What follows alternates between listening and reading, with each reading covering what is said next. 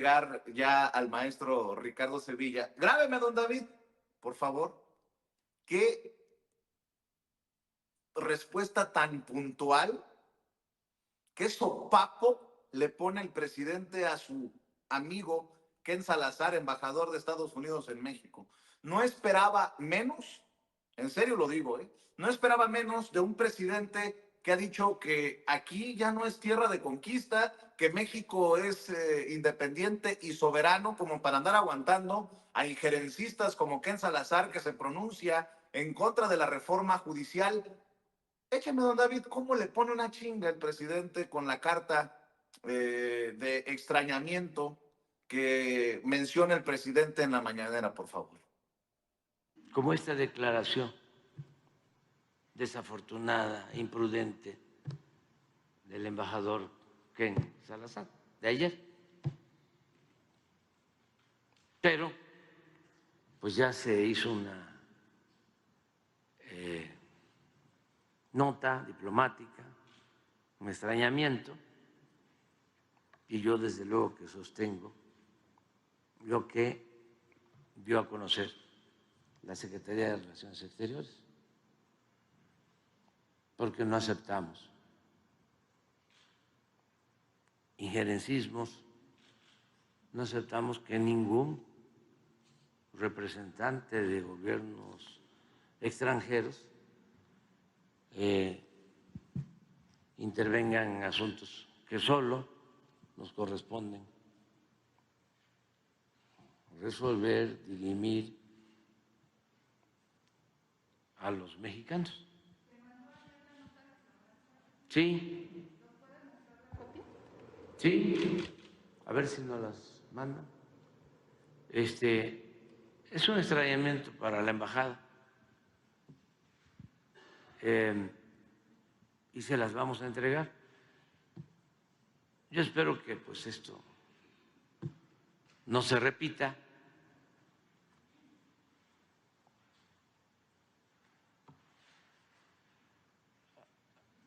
Esta es la nota. Pero como algunos no tienen forma de verlo, o mejor dicho, lo ven pero no lo escuchan, lo voy a leer porque muchos siguen esta conferencia por radio. A ver si me prestas un...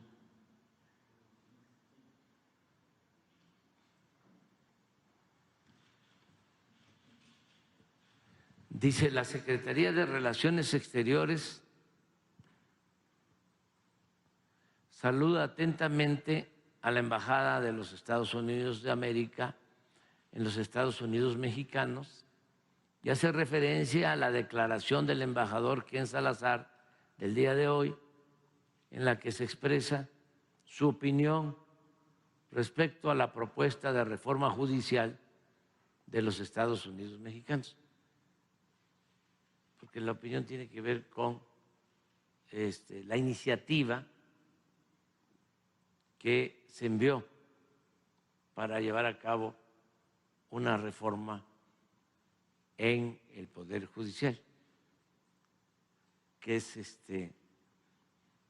pues un procedimiento completamente legal. El presidente tiene la facultad para presentar iniciativas al Congreso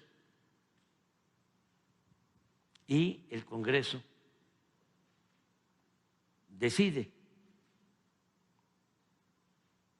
que es otro poder, precisamente el poder legislativo. La Secretaría de Relaciones Exteriores expresa su profundo extrañamiento por dicha declaración del embajador Salazar sobre cuestiones internas y de plena soberanía nacional.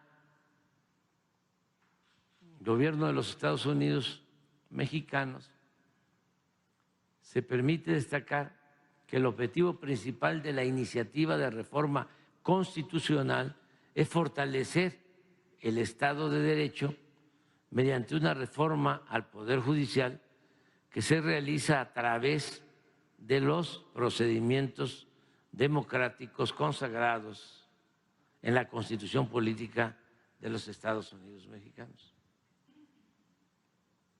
O sea, es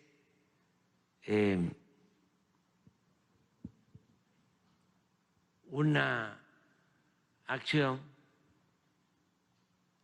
que se da en el marco de lo que establece nuestra Constitución. El Gobierno de México está comprometido con un poder judicial que goce de verdadera independencia, autonomía y legitimidad, fortaleciendo así el Estado de Derecho y mejorando el acceso a la justicia para todos. ¿Por qué estamos proponiendo esta reforma? Porque el Poder Judicial está plagado de corrupción, está lleno de corrupción y está secuestrado, está tomado, está al servicio de una minoría rapaz, los que antes se sentían los dueños de México. Y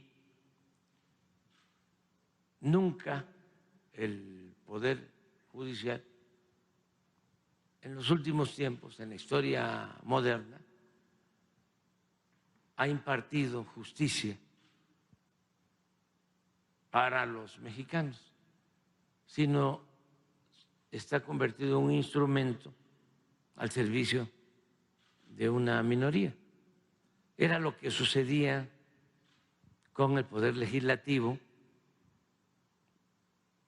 que desde que empezaron a aplicar la política neoliberal o neoporfirista, reformaron la Constitución.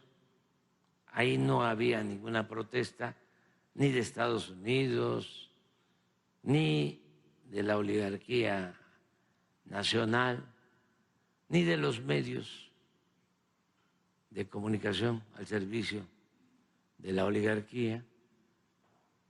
Y todas las reformas que se hicieron en 36 años del periodo neoliberal fueron para legalizar el robo, el saqueo de los bienes de nuestro pueblo y de los bienes nacionales, las privatizaciones.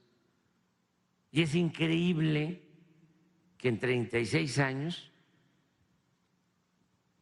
que duró el periodo neoliberal, nunca aprobaron una sola reforma a la Constitución en beneficio del pueblo.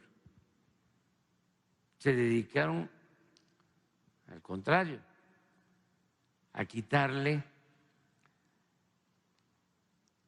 todo lo que se había conseguido con la Revolución de 1910 y había quedado escrito en la Constitución de 1917.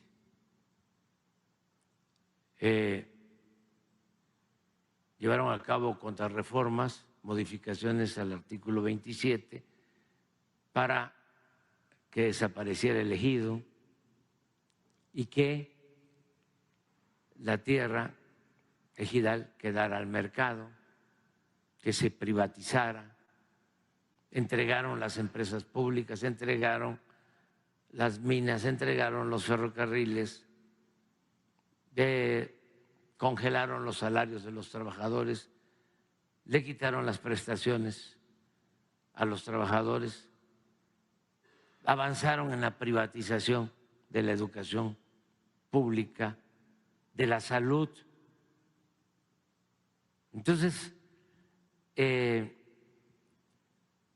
ese entonces, yo recuerdo que cuando se llevó a cabo la llamada reforma energética para privatizar el petróleo, se acudió a la Corte, al Poder Judicial,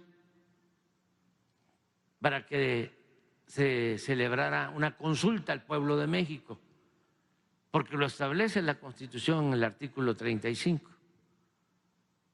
¿Y qué hicieron los del Poder Judicial? Rechazar la solicitud de consulta. Y en todo el Poder Judicial ha estado a favor de esta política que beneficia a una minoría de nacionales y de extranjeros. Por eso se quiere llevar a cabo esta reforma al Poder Judicial. Aquí estamos hablando de la protección del Poder Judicial a los delincuentes de cuello blanco, nacionales y extranjeros. Pero también el Poder Judicial está controlado por las bandas o los jefes de las organizaciones criminales. Domina la delincuencia organizada y domina la delincuencia de cuello blanco al Poder Judicial. Entonces, por eso es importante la reforma. ¿Y qué se propone? De manera muy sencilla y democrática, que en vez de nombrar en la cúpula del poder a jueces, a magistrados, a ministros, porque el Poder Judicial fue, cuando se llevó a cabo esta política neoliberal, una moneda de cambio para que el PAN apoyara al PRI de Salinas en todas las reformas privatizadoras, les entregó por completo al PAN el Poder Judicial, como en el gobierno de Zedillo se llegó al extremo de que el Procurador General de Justicia era un panista. Fue una concesión. Entonces, si se elige a los jueces, que es lo que estamos proponiendo, elegir a magistrados, elegir a ministros, podemos ir limpiando de corrupción el Poder Judicial y que esos jueces, magistrados, ministros sepan que representan al pueblo, a la nación, y que su función es impartir justicia. Por eso es Suprema Corte de Justicia de la Nación. Si no, habría que quitarle el nombre, quitar la palabra justicia. Entonces estamos proponiendo esa reforma y no quieren. ¿Cuál es la afrenta? ¿Cuál es el agravio? ¿Cuál es la violación que se está cometiendo? Que no los mexicanos vivimos en una democracia, que no es la democracia el gobierno del pueblo y para el pueblo, que no establece el artículo 39 de nuestra Constitución, que el pueblo tiene en todo momento el derecho de cambiar la forma de su gobierno. ¿Que no es el pueblo el soberano, el que manda? ¿Por qué se elige a los presidentes municipales, a los diputados locales, a los diputados federales, a los senadores, a los gobernadores, al presidente de la República, ahora presidenta de la República, y no se va a poder elegir a los jueces, a los magistrados, a los ministros? Además, ya esto no tenemos que estar viendo qué sucede en otros países, donde también, dicho sea de paso, se elige a integrantes del Poder Judicial. Pero tenemos nuestra historia. Aquí en la época de la República restaurada, en la época del presidente Juárez, de acuerdo a la Constitución de 1857, se elegía a los ministros, a los jueces, a los integrantes de la Suprema Corte de Justicia. ¿Por qué no quieren que el pueblo elija a los jueces, a los magistrados, a los ministros? Porque actualmente la mayoría de estos integrantes del Poder Judicial están al servicio, son empleados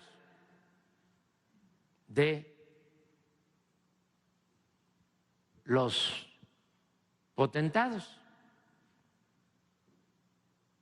Y es además muy fácil de demostrar desde el dominio público, cómo hay ministros que dependen de los potentados y resuelven a partir de lo que les ordenan. Es algo completamente ilegal, informal,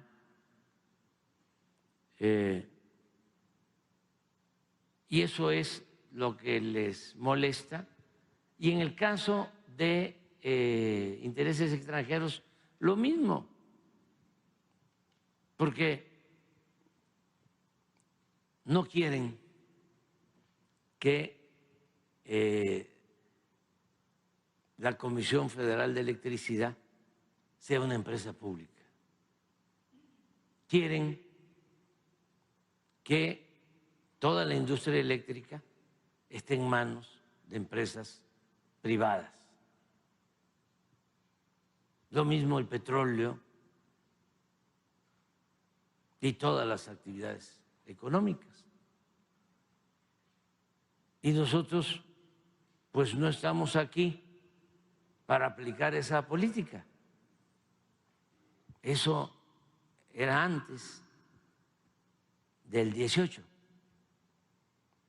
Tardaron 36 años con esa política, desde 1983 hasta el 2018. Y fue un fracaso rotundo. Lo que dejaron al pueblo de México fue más pobreza, una monstruosa desigualdad económica y social y violencia que todavía estamos padeciendo por el abandono al pueblo, por el abandono a los jóvenes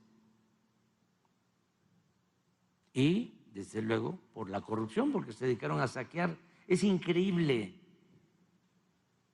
pero nunca en la historia de México habían robado tanto los potentados como en los 36 años del periodo neoliberal. Ni siquiera en los 3 siglos de dominación colonial, cuando fuimos colonia de España, que saquearon, que se llevaban el oro, la plata, se compara con el gran saqueo que se llevó a cabo en 36 años de periodo neoliberal o neoporfirista. Y eso es lo que quieren, que continúe. Y por eso son estas protestas. Pero qué bueno, ¿no? No hay que enojarse, nada más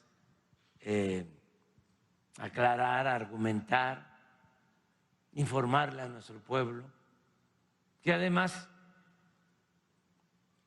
es un pueblo muy consciente, lo acaba de demostrar hace cerca de 3 meses. Pensaron, ¿no?, que con campañas mediáticas, con guerras sucias, con el uso del dinero, porque también de Estados Unidos mandaban dinero, ahora me dicen que solo hasta el 2023 para estas asociaciones civiles supuestamente defensoras de derechos humanos y en contra de la corrupción, instituciones, organizaciones dedicadas a atacar, a socavar a nuestro gobierno. Esta asociación como la de Claudio X González y otras más, también que recibían dinero de la embajada de Estados Unidos en México. Pero bueno, ya cuando menos ya nos contestaron de que se terminaron los convenios hasta el 23, o sea que ya 24 ya no les dan dinero. Hay que ver si es cierto y si van a mantener ese compromiso de no estar financiando a opositores, porque eso no les corresponde, también es un acto intervencionista contrario a nuestra Constitución. Pero en fin,